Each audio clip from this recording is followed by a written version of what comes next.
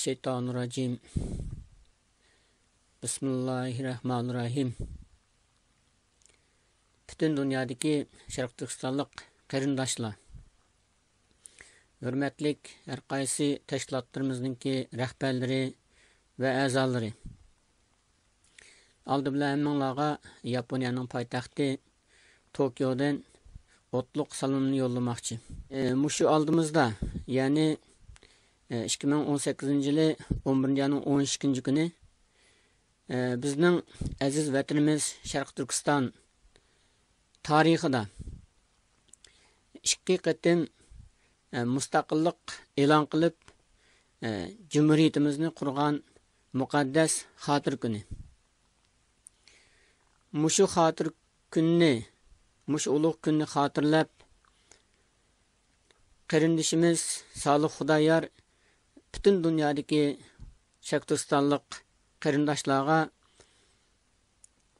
11 ayınınki 13 günü Amerikanınki her qaysı ellerdeki baş elçixanalarının aldıda Amerika xalqiga, Amerika hükümetiga ve Amerika parlamentiga növbetde Xitoy hokimiyati Şərqi Türkistanda elib beriyotgan irqiy qirg'inchilik bo'libmi Uyg'urlarga qarshi elib beriyotgan bu tarixda mislsiz, tarixdan ait kam ko'rilgan keng ko'lamlik irqiy qirg'inchilikqa Amerikaningki texmi kuchlik, texmi qattiq ve texmi mükemmel holda Xitoyga qarshi bayonot berishi ve Xitoyga texmi qattiq besim ishiltishi ve Amerikaningki mushuna boshlamchilik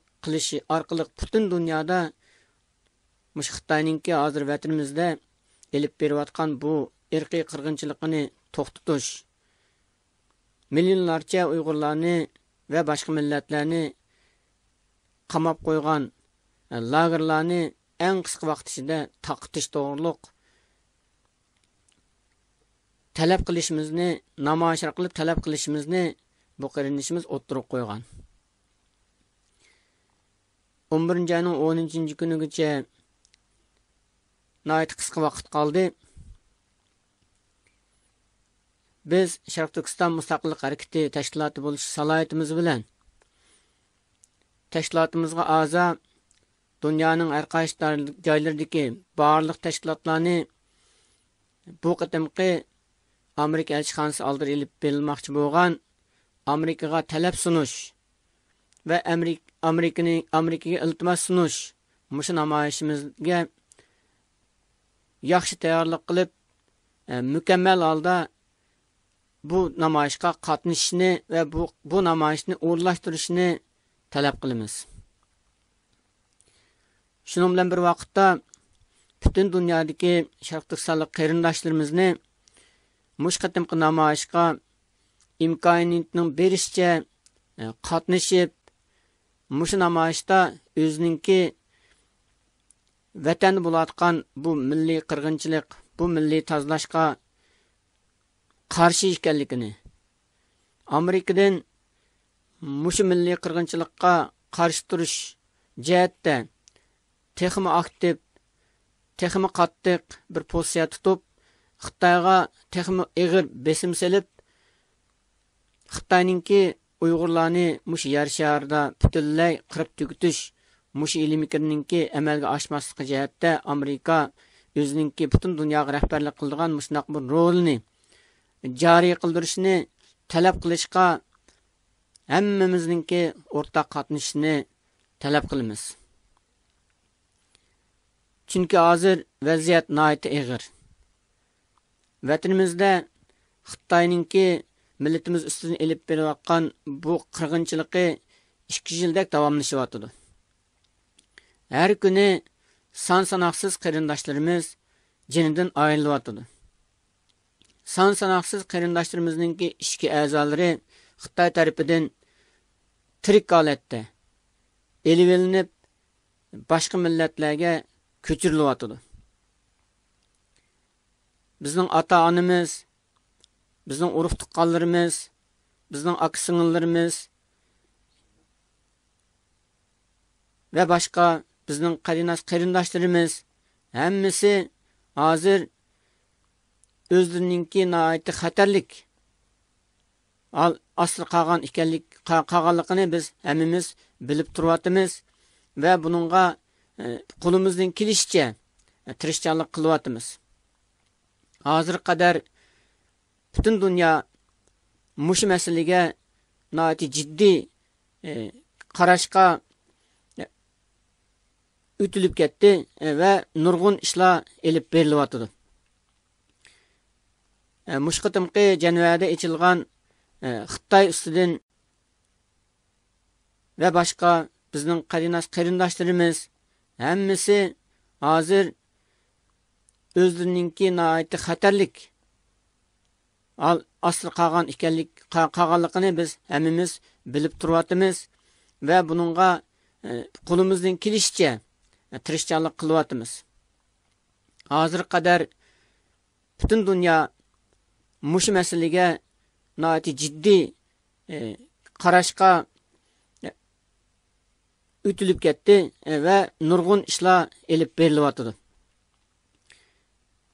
Mush qitimqi Janvada ochilgan Xitoy ustidan shikoyat qilish va Xitoyninki inson huquqlar tajovuzchiligini ayblash yig'indimi nurg'un davlatlar Xitoyni nihoyat qattiq aybladi va shundoqla Xitoy bu o'zininki milliy qirg'inchilikni qat'iy to'xtatish to'g'riliq o'zlarininki davlat salohiyati bilan bu masalaga talablarni berdi.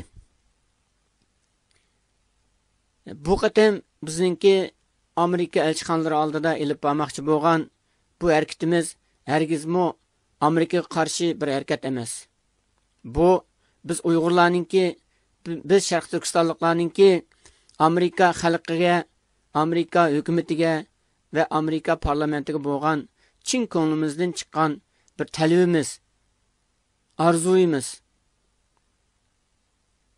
Shunga Amerika elchixonasi oldida ilib berilgan bu namoyishga har qanday buzg'unchilik, har qanday Amerikaga qarshi harakat, har qanday Amerikaga qarshi so'z qat'iy bo'lmasligi kerak.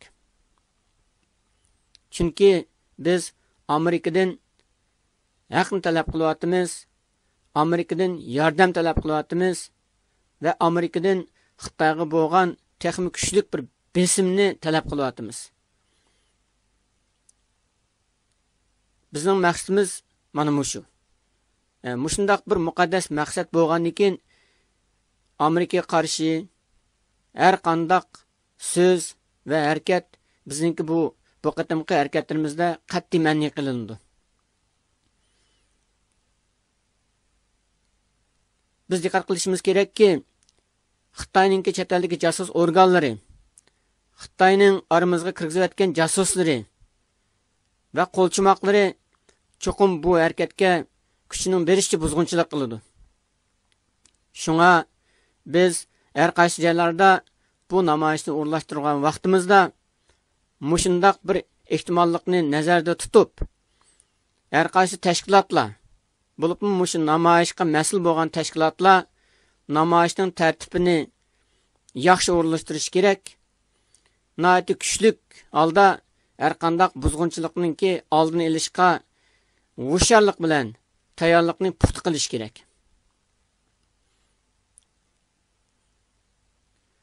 Shunga men butun Sharq Turkistonlik qarindoshlarimizni bu qatim 11-yanın 13-cü kuni Amerika elchixonasi oldir elib berildigan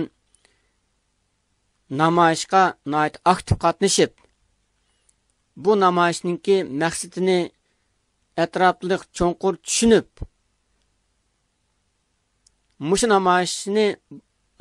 namoyishga buzg'unchilik qildigan har qanday so'z va har qanday harakatga qat'iy taqobil turib, bu namoyishnimi xuddi Janvada elib berilgan bu qitimqi 11-yanın 6-cı kundagi namoyishga o'xshash muvaffaqiyatlik, ahamiyatlik va haqiqiy o'zimizning murod maqsadiga yetadigan holda elib berishni va muvaffaqiyatlik oxirlashtirishni talab qilaman.